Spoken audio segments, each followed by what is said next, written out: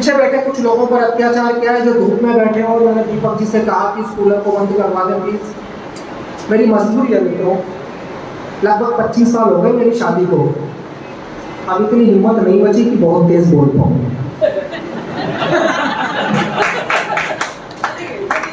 राजा राम जी धीरे धीरे मुस्कुरा रहे हैं, मैं इस पीड़ा को समझता हूँ।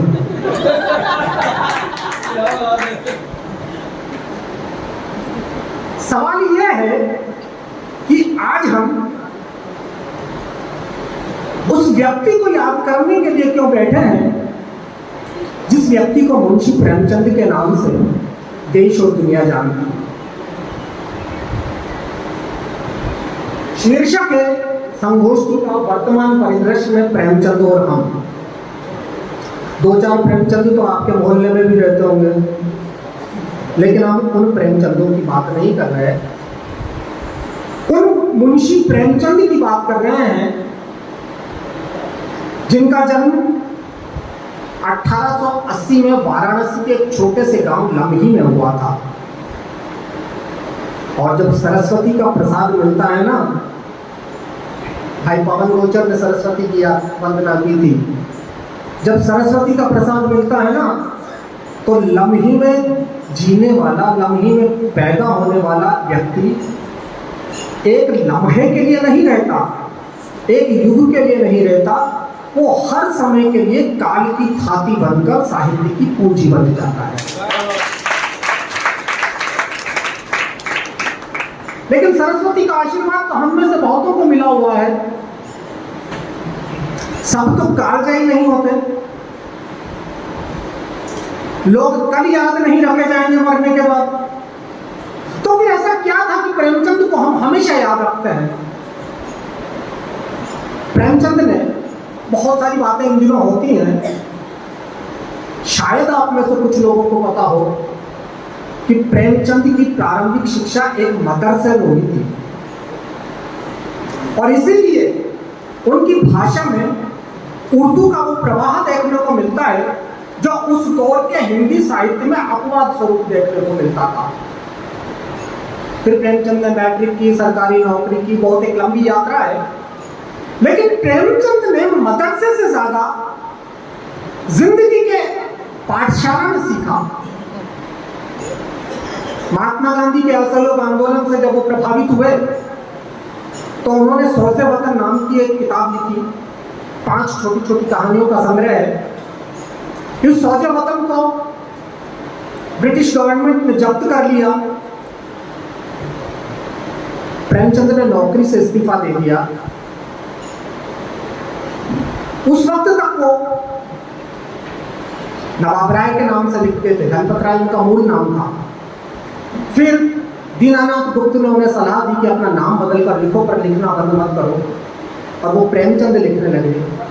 कहते हैं कि एक पत्रिका के मुंशी अभी दीपक श्रीवास्तव जी कहते थे, कह रहे थे कि मुझे तो इस बात का भी गर्व होता है कि वो श्रीवास्तव थे।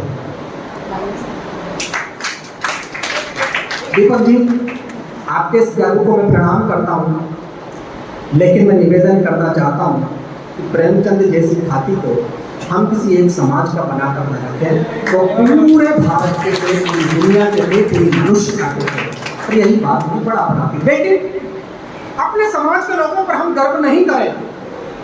अगर अर्जुन अल्हाड़ को, गोविंद नाहकला को, संजय शुक्ला को, जगन्नाथ जी को सारा देश पूछता है, सारा देश चाहता है, और कोटा में उनका सम्मान नहीं हो तो ये बात थोड़ी सी बुरी लगेगी। इसलिए आपका ये गर्व धर्म ही है, इसको मैं नमन करता हूँ। लेकिन प्रेमचंद किसी समाज विशेष के नहीं थे।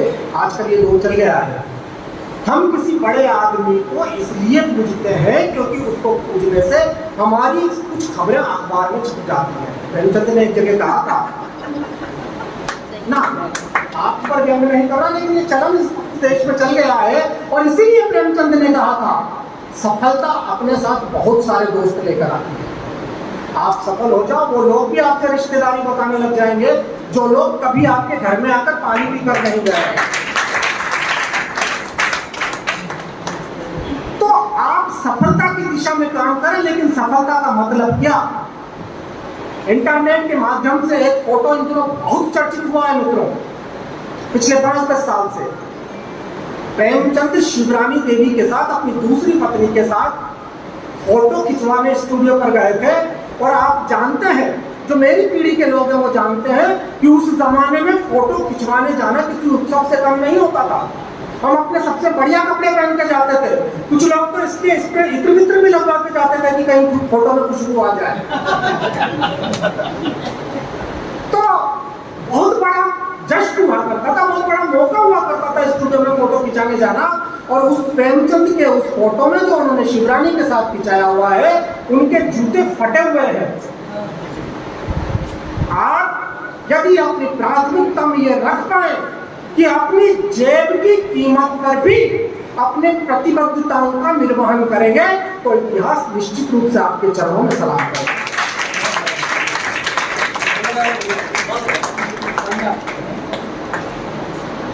बाजार ने हमारी प्राथमिकताएं बदल दी है, इसलिए ये दौर और भी कठिन हो गया है।